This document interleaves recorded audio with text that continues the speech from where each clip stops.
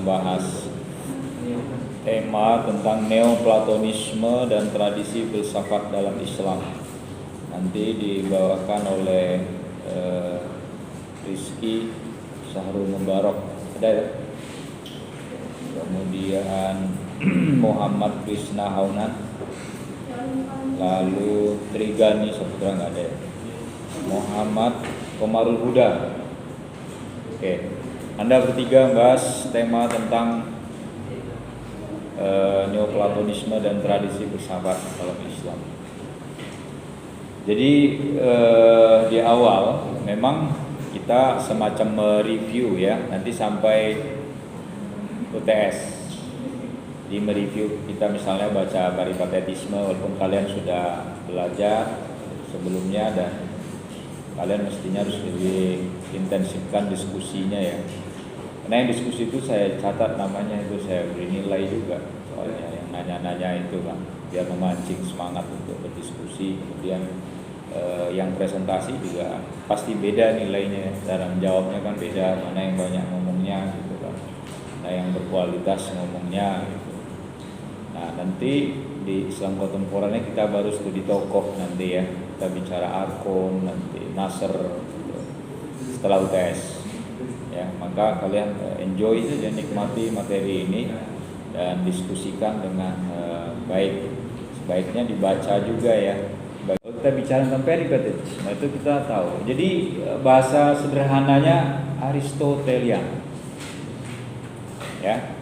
Nah, peripatetisme dalam Islam ini adalah orang-orang yang Aristotelis ya, mengikuti pemikiran Aristoteles ya. Jadi kalau ada orang Hegelian ya, ada orang Marxian. Kalau kita bicara tentang peripatetisme dalam Islam itu, dari judul ini kalian bisa lihat ini. Jadi apa maksudnya saya katakan peripatetisme dalam Islam itu adalah sebuah tradisi. Peripatetism is tradition. Dia adalah sebuah tradisi. Jadi kalau kita berbicara, kamu kok peripatetik sekali?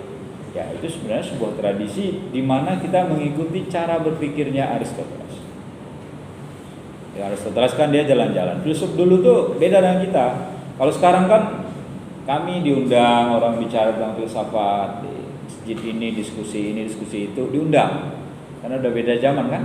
Kalau zaman dulu Aristoteles tuh keliling loh dia itu. Dia keliling.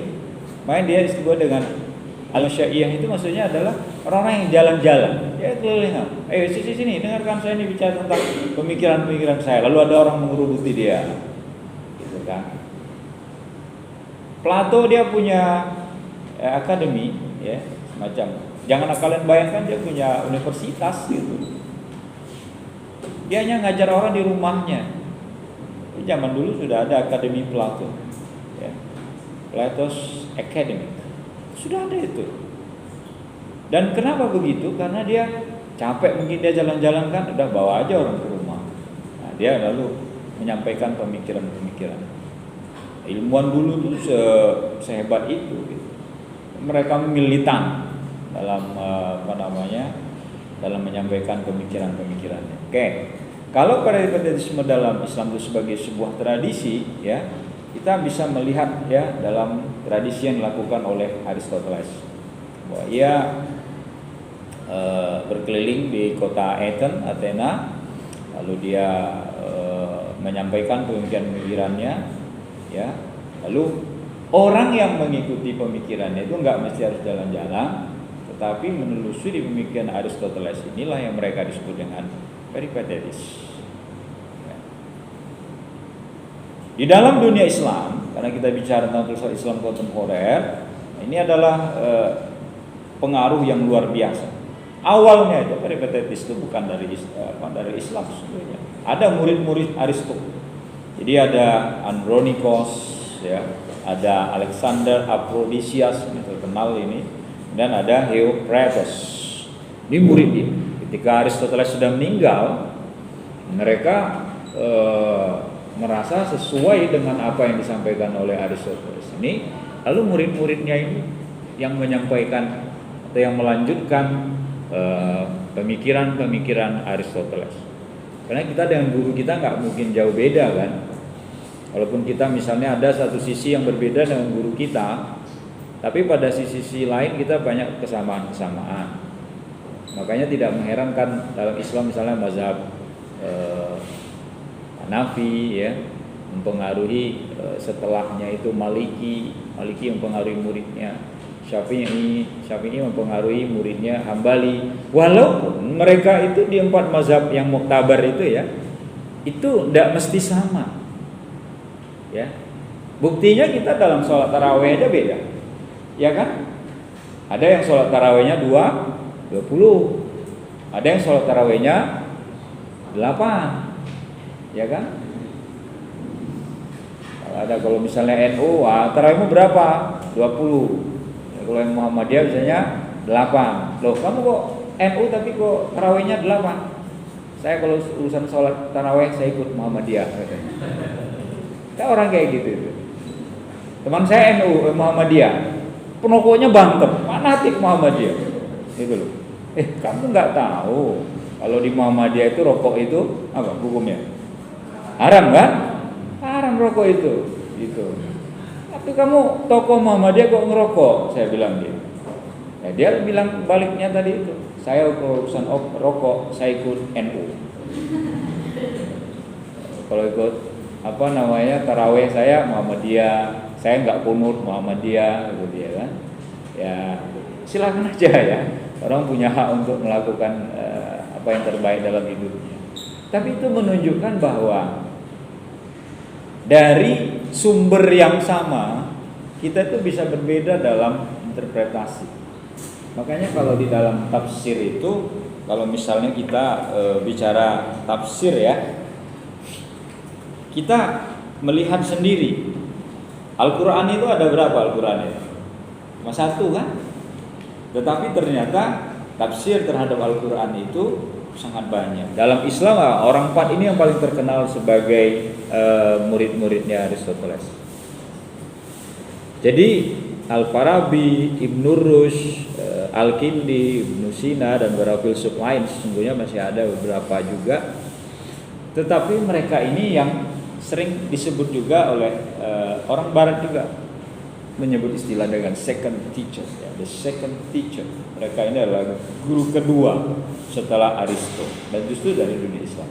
Bahkan Andronikos tadi, Alexander tadi, tidak disebut guru kedua. Kenapa? Karena mereka tidak sepopuler orang 4 ini. Kan orang nanya, loh, kenapa tidak Andronikos, kenapa tidak Alexander Aphrodisias, kenapa tidak Eucritos gitu kan? Karena ya mereka tidak sepopuler Ibnu Sina, Ibnu Rushd, Al-Kindi, Al-Farabi. Ini dari latar belakang tradisi yang berbeda. Jadi kalau Al-Farabi ini dia berdarah Persia, Iran. Kemudian kalau Ibnu Rushd ini orang Barat ini, dia orang Spanyol. Ya, dia dikategorikan juga dalam filsuf Barat. Ya, Al-Kindi ini dia representasi filsuf Timur. Dia dari Bani Kinda, walaupun dia besar di Kufa. Ya. Lalu kemudian Ibnu Sina, ya, ini juga tradisi Arab dan disebut juga dengan filsuf Timur.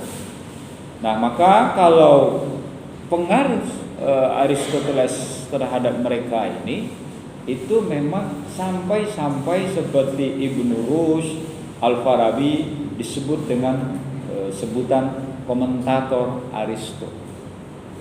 Jadi dia menyalin pemikiran Aristoteles lalu dia komentari dan dia mengkampanyekan filsafat Aristoteles. Kemudian, sekarang kita bicara bagaimana peripatetisme dalam Islam itu, ya. Jadi kalau yang populer banget secara filsuf Arab itu yang terkenal adalah Ya'qub bin Ishaq, ya. Kita sering menyebut dengan Al-Kindi, ya. Perannya tidak lebih dari peripatetisme agar sesuai dengan doktrin asasi agama Islam. Jadi dia mencoba mengomentari dan menafsirkan filsafat agar pemikiran filsafat Aristoteles ini sesuai dengan tradisi Islam. Tadi sudah kalian diskusikan tadi. Jadi bagaimana relasi antara Al-Quran sebagai sumber utama umat Islam dengan pemikiran filsafat Yunani yang rasional. Mereka ini orang yang soleh ini, ya. Mereka adalah orang yang bijak. Dan yang tidak diketahui oleh orang-orang yang anti dengan filsafat itu adalah bahwa mereka itu belajar filsafat itu menjadikan filsafat sebagai alat, sebagai tool, ya. Kenapa? Karena di dalam filsafat itu kita diajarkan metode, kita diajarkan bagaimana cara berpikir rasional, kita diajarkan bagaimana berpikir kritis, kita diajarkan bagaimana berpikir itu menerima pandangan-pandangan lain. Di dalam filsafat itu seperti itu. Orang berbeda itu biasa. Makanya saya katakan dari Socrates, Plato, Aristoteles mereka berbeda. Itu bukan berarti mereka musuhan gitu loh. Dan filsuf itu mereka biasa menerima perbedaan-perbedaan. Makanya kalau kalian besok jadi pemimpin, jadi pejabat, karena kalian dengan basic filsafat itu, kalian harus biasa menerima perbedaan. Perbedaan dalam pendapat itu biasa, ya. Jadi kalau orang berbeda itu bukan berarti musuh. Sekarang yang terjadi kan begitu, ya. Dan bahkan di dalam dunia Islam itu perbedaan-perbedaan pada masa lalu itu hanya karena perbedaan mazhab itu jadi bunuh-bunuhan, ya. Karena memang dibumbui oleh unsur-unsur politik. Jadi kalau dulu perbedaan Islam itu begitu kuatnya, itu kan awalnya kan bukan permasalahan akidah. Ketika Syariah berbeda dengan Mu'tazilah, Maturidiyah, gitu kan, Syiah, Jabariyah berbeda. Itu masih mereka dalam bingkai perbedaan di mana mereka itu ikhtilaful ulama rahmah, masih beranggapan seperti itu. Tetapi begitu politik masuk, wah ini dia kelompok ini nih, dia memperjuangkan ini. Nah, dia terjadi bunuh-bunuhan.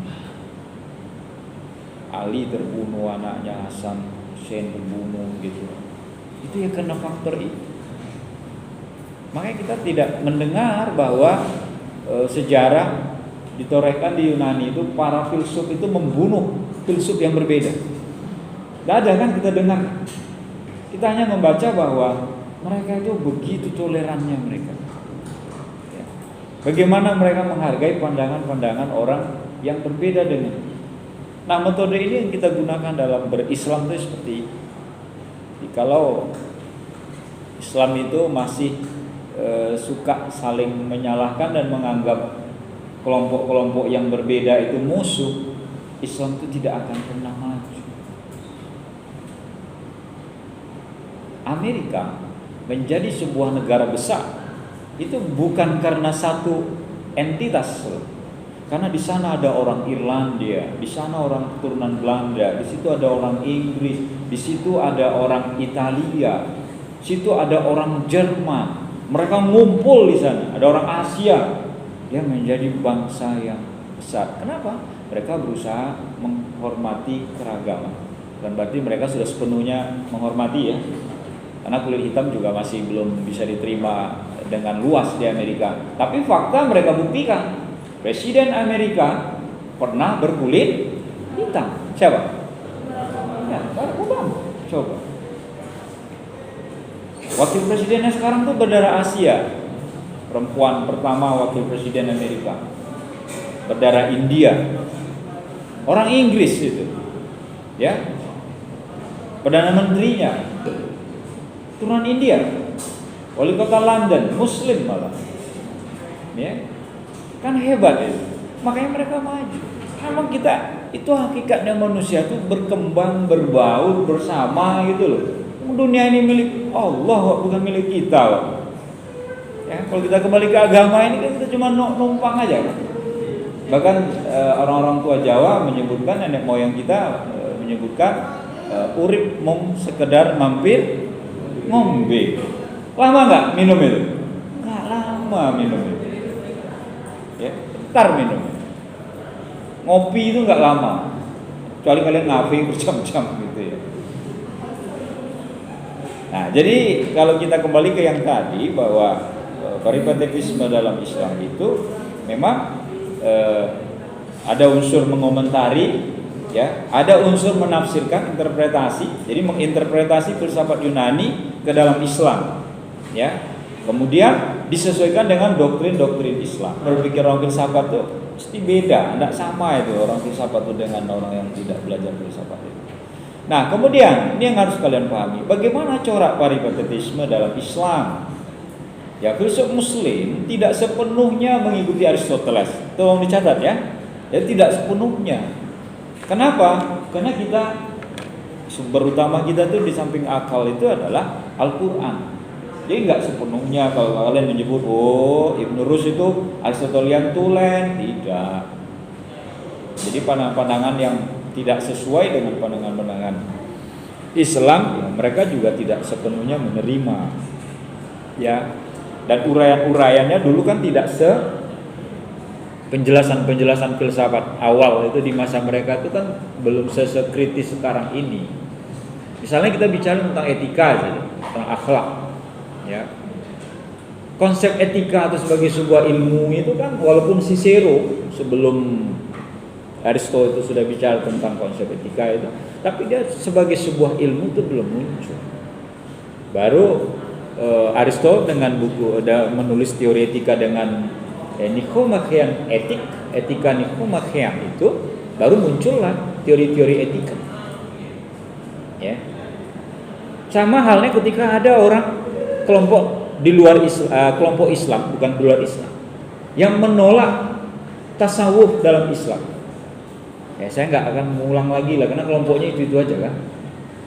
Nah, ada itu tasawuf dalam Islam itu bid'ah itu kan gitu kata mereka kan. Nabi tidak membuat gaya hidup tasawuf itu. Saya jelaskan kepada kalian dan kalian harus pahami ini bahwa tasawuf sebagai sebuah ilmu memang tidak ada di masa Nabi dan para sahabat.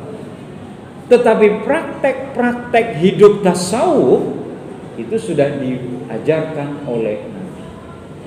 Nabi menyendiri zuhud, meninggalkan Mekah yang seperti itu, yang riuh karena persoalan-persoalan moral yang bejat itu, lalu beliau bertahanus, istilahnya kemana beliau bertahanus? Ke Gua Hira kan? Itu praktek sufi. Cuma Nabi nggak mengatakan saya sufi gitu loh. Kodifikasi ilmu memang ada sekarang. Aristoteles di zaman dia belum ada yang namanya kedokteran lalu dibagi berbagai macam ilmu. Sosiologi ada muncul, antropologi nggak ada di zaman mereka. Karena filsafat itu adalah mother of science, ibunya ilmu. Tapi perkembangan dari ibu itu melahirkan anak keturunan berbagai macam ilmu. Yang tadi cuma dua, ya, social science, ya, ilmu sosial. Lalu natural science, dua itu. Tapi dua ini berkembang berbagai macam lalu muncul filsafat.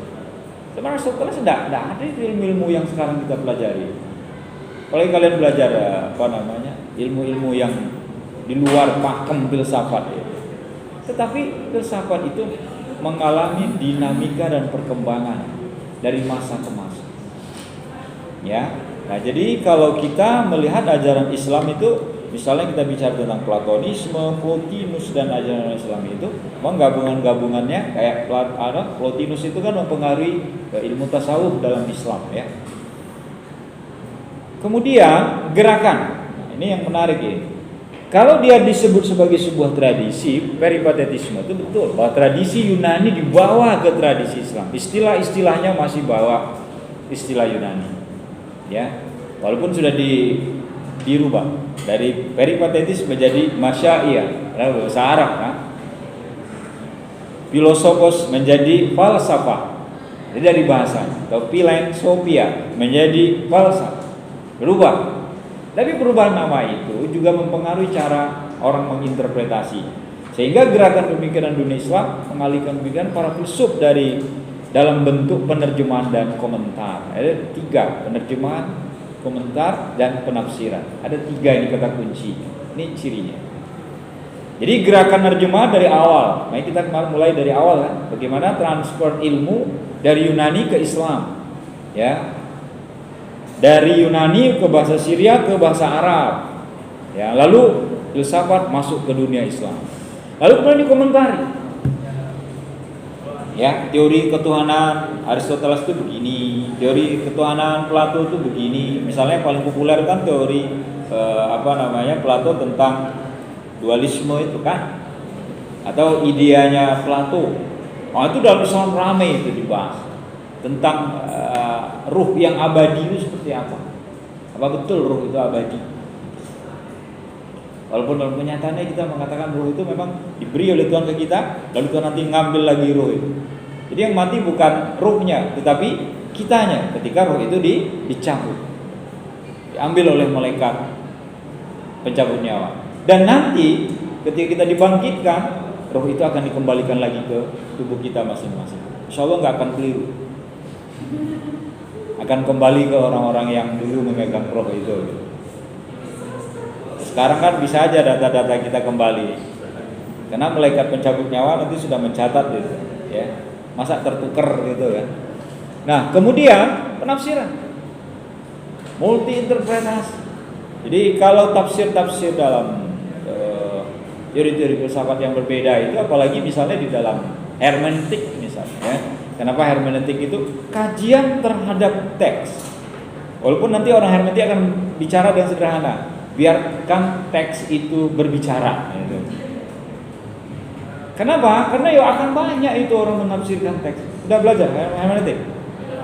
Sudah. 3 gerakan ini saya selalu katakan pada mahasiswa dan ke kelas kalian ini, bahwa lakukan 3 hal ini. Kalian pandai mentranslate bahasa. Kemudian komentar. Nah, kenapa kita perlu komentar? Kalian tuh boleh loh komentari orang. Cuma kita harus berpikir ketika komentar itu jangan sampai nyakitin orang gitu loh. Kayak sekarang tuh kan kalian biasa mahasiswa, jangan sama orang lain juga. Body shaming tuh nggak boleh lah itu.